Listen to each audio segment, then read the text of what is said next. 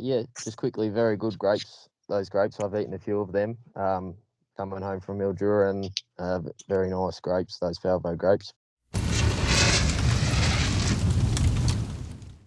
Welcome to another edition of Burning Questions. Bon's away, he's having a bit of a break, but the good news is that we have an all-star lineup to bring you today. Firstly, Tim O'Connor making his return to the senior sides after a couple of good weeks in the Rezzies. How are you, Tim? Yeah, good, thanks, Nikkita. I would love for Andy to make a comment about why he would go and like a tweet that said I was up from the reserves. I'm going to take it that the fact that he thinks I deserve a senior spot as opposed to thinking I'm a reserves player. Andy? Yeah, you did take it to heart a little bit, so good to see you did notice that. But yeah, no, obviously Jack's a good friend of yours and having a bit of a crack at you. But yeah, no, I think you deserved your spot more than anything. Much appreciated. Where do we find you today, Andy? Obviously, you drive around a little bit to do burning questions. Where are you situated? Melton. I'm at Bunnings actually. Got a leak in pipe, so I've got to get some Bunnings after we're finished here. So yeah, so that's Bunnings in the background. Oh well. Good that you can make the time for us. And making his debut on Burning Questions is Jack Law. How are you, Jack? Pretty good, thank you. I'm at Stawell Harness Racing Club today. Well, we're covering a fair bit of territory today in Burning Questions. So firstly, good news is we have extra sponsors today too. So they're lining up to jump on and sponsor Burning Questions. So we'll kick off with our overall sponsor, which is Hip Pocket, and a message from them. Whether you are celebrating or shoveling up after your superstar horses, you want your stable staff to look their best, and you can do that with uniforms from Hip Pocket Workwear and Safety, which has you covered for all clothing and protective equipment. Okay, straight into the big questions, and we're making it a little bit different this week, going to uncharted territory, and we're covering two meetings. We're kicking off with a really, really good trot race at Ballarat on Friday night. Tim, we'll start with you. We see 5 very good horses first up off the back row in the John Slack Memorial at Ballarat. Who's best suited fresh and who's likely to need the run in your opinion? Yeah, look, it's a ripper race, isn't it? This trotting ranks are just going through the roof. I'm sure Andy can answer this better than me, but the two that I want to back or think that will go best fresh are probably Red Hot Tooth and Have Horse Will Travel. I know Andy's horse, Have Horse Will Travel, was probably ready, 3 weeks ago, Andy, to go at Cranbourne there and didn't obviously get that race. But I love the trial, beat I'm Ready Jet and Always Ready in a trial there at Melton. I thought it was a really good hit out for that race at Cranbourne. I know the draw was tricky at Cranbourne and the draw is tricky again on Friday night, but I just reckon, that's my opinion, that horse looks a bit more forward than the others. And Red Hot Tooth's obviously gone well fresh last prep and had the 2 really good trials at Melton and Shepparton. I spoke to Kari Males during the week and she was pretty happy with the way that the horse was going. So if I had to sort of answer that question directly, Red Hot Tooth and Have Horse Will Travel for me would be best suited this Friday night. Andy, good to see McLovin back, and Tim's already touched on you have 2 runners. No trial for McLovin, so we're a little bit unsure where he is at, so hopefully you can tell us more. Yeah, I never trial him because he goes so well first up. He goes terrific fresh. I think he won the Bill Collins Mile without a trial when he sat 3 wide most of the way, and even last time in, I think he won first up as well. So he's a horse, he's a quality horse. He can make his own luck. He sat outside some quality horses last season and was able to beat them, but this is a really tough race. Back row draw is never easy, but again, I think you'll find that he goes first up as good as he will go for the whole preparation, and his work's been terrific. But yeah, Have Horse Will Travel, as Tim said, he was ready to go at Cranbourne. That race didn't go ahead, so he's done plenty of work, so he's pretty forward as well. But again, another one got to contend with a bad draw. And Anton's horses and Red Hot Tooth, they're all trialled really well. They're all quality horses, so I think they're all going to be pretty close to the mark, but I think out of all of them, McLovin's the one that will probably be driven tough. Jack, you pick up the drive on Omri Jet and you drove her at the trials. I thought it was a nice trial, and to the eye, she looked like she still had a little bit to offer. How did she feel in that trial for you, and who is your pick to start first and really well this week? She trialled pretty nicely. I thought her last hit out at Melton and held off Always Ready and Forget the Price Tag, pretty easy in that trial. They only went sort of 2 minutes and just home in 59, but I was really happy with the way she felt, and obviously Red Hot Tooth had the 2 nice trials back, and that was a nice trial at Shepparton, as Andy said, McLovin goes really good fresh. So all those horses off the back have probably got enough work under their belt to be right in the finish. I'd say it's probably Red Hot Tooth and McLovin that they're going to be probably the leading two. I would say as my main dangers as a driver, but I'm sure they're all going to be pretty forward, ready for Friday night. Yeah, I tend to agree. I think McLovin does look the class horse. It's full of plenty of chances and horses with a lot of ability, but probably McLovin for me, but he's going to have to earn it, that is for sure. The second of our burning questions is brought to you by the French Connection, who export Australia's fresh fruit to more than 35 countries and specialise in citrus, table grapes, cherries and mangoes. So there you go, Tim. You can get yourself some fresh fruit through the French Connection. The school lunches, when I make them, they tend to be full of lollies and chips. So my wife should be listening, and we can get the kids going healthy as opposed to some of the crap that I throw in there. The Group 3, Jane Allen for the mares. We'll start with you, Andy, on this one. How do you see the depth of the mares ranks, and where does former Queenslander Chevron's Reward fit into that? Yeah, to be honest, not a lot of depth in the race. Over the past few years, we've had some really good quality mares going these sort of free-for-all type races, and it's probably the easiest one we've ever had. Saying that, there's still some nice horses in really good form, still hung over, and Diamond Party's having its first crack at Metro racing, drawn well. But yeah, Chevron's Reward, it's an okay horse. It doesn't win out of turn. It's really highly rated, being 112 rater. Again, from the bad draw, it's going to need a little bit of luck, but yeah, just at the moment, with Spellbound going up north and Tango Sierra not being around, the mare's depth has just dropped away a fair bit, in my opinion. Jack, how did you see this race playing out? Chevron's Reward only raced in Queensland on the 16th of July and makes her way down here. Do you think she can win the race? Yeah, as Andy said, the last month or so, the mares free-for-all ranks haven't really been that strong. Chevron's Reward, she's been racing a lot better horses than these, but probably hasn't been, she hasn't looked like a winning chance in those races. But like last season, she won 9 from 29 and over 80,000 in stakes.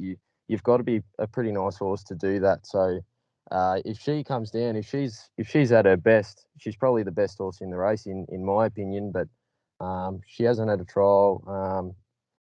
She's down with Sean Kittle and comes from Charlie Cheney, who's no deal, that's for sure. He's a pretty good trainer up in Queensland. So Sean's the type of trainer, I think, in my mind, that could do really well with a mare like Chevron's Reward.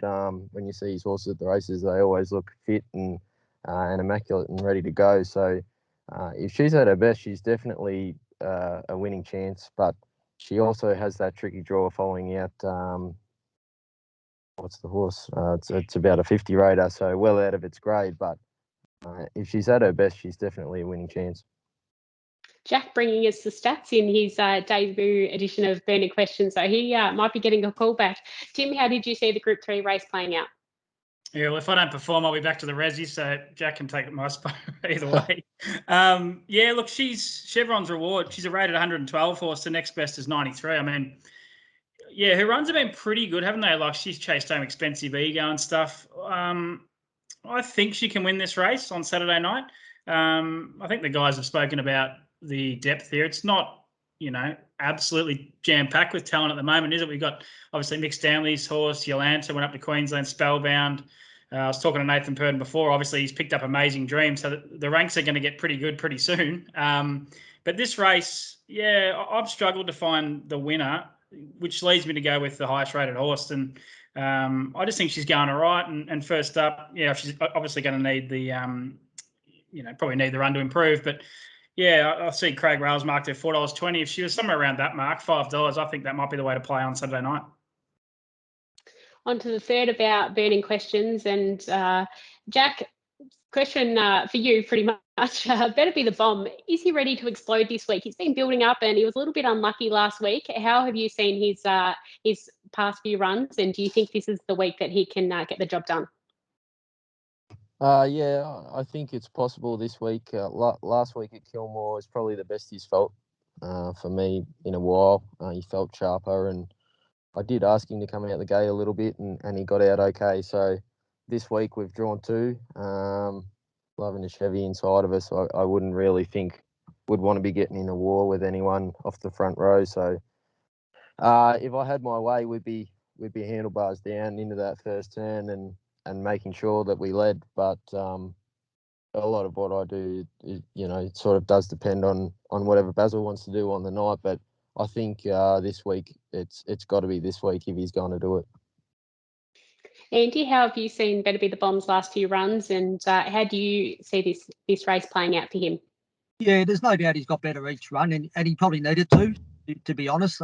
He went to such a high level last preparation, but it's taken a bit of time to get back to his best. And Kilmore was really unlucky. He sort of hit the line really strong, and he never really had much clear air there. And yeah, I think he'd be leading on Saturday night. Even if the only one that could probably cross him is Sir Letic, then he'd probably hand up anyway. So I think he'd be in front. He's definitely the one to beat. I think he's sort of Basil and Paul have done a great job with this horse, and I think he's going to be pretty close on song on Saturday night. And he's definitely the one to beat. Tim, I do think he gets his chance this week. Other times where he has drawn well, he's had a little bit of speed inside him, like we saw with Torrid Saint last week. But I wouldn't think personally that Loving a Chevy is going to try and kick up and hold him out. So he does look like he'll find his way to the top, and I think it does look like a really good race for him. Yeah, look, it does. I don't know what Jack thinks. Sort of, I probably got a little question mark on how good he's going compared to last preparation. Obviously, he was awesome last preparation. I reckon. Only my opinion, but he just seems like maybe one rung below Jack, or just marginally. Is that fair, or is that being harsh on him? No, I think that's a fair assessment of him, Tim. Like before he went into the Hunter Cup, he won that Casey Classic going 52.8 over the middle trip. Like I don't think the horse that's come back is capable of doing that yet. But as I said, last week was probably the sharpest he's felt in a while. So if he's going to come back, he's going to come back very soon to that level, I think, and hopefully this week will be the week. Yeah, I reckon you will find the top. So he's going to be. I think he definitely gets his chance to win his first race for the prep. Just one horse I wouldn't mind mentioning, Skeet, before we move to the next one. I reckon 888 might be one of the key dangers here, and I haven't seen the markets, but might open up an okay price. And I thought that run first up for Greg Sugars and Jess Tubbs was really good, chasing home always get these confused, always fast in a race where it was just set up for the leader.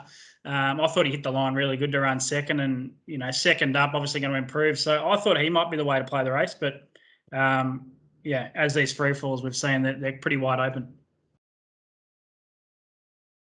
Absolutely. I'd also like to special mention, I think, to Jack. His colours are hanging up in the back seat there, and I think they're probably the first set of colours that I have seen actually hung up and not just thrown in a bag. So very impressive there by Jack Law. We'll move on to the fourth of our burning questions, and we have another sponsor with this one too. This one is brought to you by Falvo Fruits, Michael and Josie Falvo, who specialise in table grapes since the 1960s. So for the many grape lovers out there, which Andy, is that you?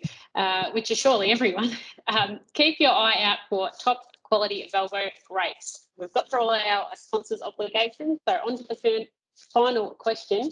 Will heat form prevail in the Winter Trotters Cup? Jack, we'll start with you. Obviously, you drove as a Rem, and he was really good in the heat. Do you think that the winner on Saturday night comes from one of the heat winners?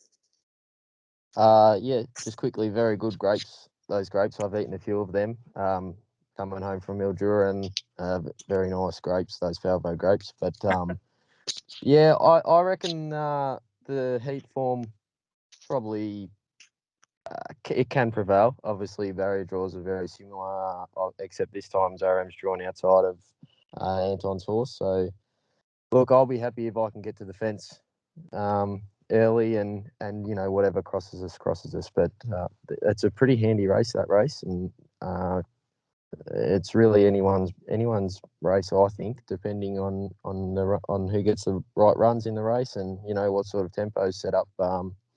The winner could come from anywhere in that race. It was the fastest heat, Tim, that I'm set to go set up and ran along. Do you think that I'm set to go finds the top and tries to do the same thing again this week, or how did you read the race? Yeah, I found it really tricky. Just before I give my thoughts, Jack, that drive on Zara, we were talking about it post-race, it was about as good a Gavin Lang impression as you could do. Gee, you were cool as a cucumber. I must admit, I had the lean going in the studio, just trying to hurry you up a little bit. You must have had a lot of confidence in the horse. Yes and no. He's a really good sit sprinter, and he loves the fence, and you can't do a great deal of work with him. He's not quite that strong yet, but I think he probably will get there. He's a really nice horse on the up, and he's got that good turn of foot. But I don't know if it was a Gavin Lang impression or not. The horse really doesn't like the whip much. Carl has found that out, and so there's not a lot you can sort of do driving him out to the line like that, and just had to sort of keep him happy and balanced up in that. But he knuckled down up the straight really good. So I don't know if it was a Gavin Lang impression, no, but just probably more how you have to drive that horse out, I think. All's well that ends well. Sorry, Andy, what was that? I said, Jack, just take the compliment. It's okay. You don't have to defend it. I think he wanted to, but he just sort of better play this low key. Sorry, Skeet. I think the heat form will prevail. I'm probably tossing up between Zara, who I really liked last week, and Kai Valley Chief. I thought they were the really impressive wins. Obviously, Robbie Royale won the other heat. But in saying that, look, I wouldn't be surprised if Brownlow Prince won the race. He was really unlucky. You work down, Is That a Bid went really good. Royal Charlotte goes super if somehow she was able to find the top. It's a ripper race. So, yeah, I think Zaram or Kai Valley Chief, but it is a leg of the quaddie, so it's probably a field quaddie job as well. Yeah, I'm tending to lean towards Kai Valley Chief, Andy, but second row does make it a little bit difficult. But look, he has been really, really good and hitting the line super his past couple. But I think it's going to be very interesting, and the map's going to be important for this one. Yeah, it's really tricky. Most heats and finals, you only have the 2 heats, so you can run 6 and get into a final. But when you have 3 heats, so most have finished top 3 and gone really well. So, yeah, it's a really tricky race and trying to work out. Again, it's definitely a field leg if you're taking a quaddie. I've really got no on-top selection. I just sort of, probably just set the market is. Even if it's a first emergency, you got to run like Garshaway. He was a little bit unlucky, and, it's probably about 101 in this race. But, it's a really tough race, and whoever has the best run's probably going to win, I'd say.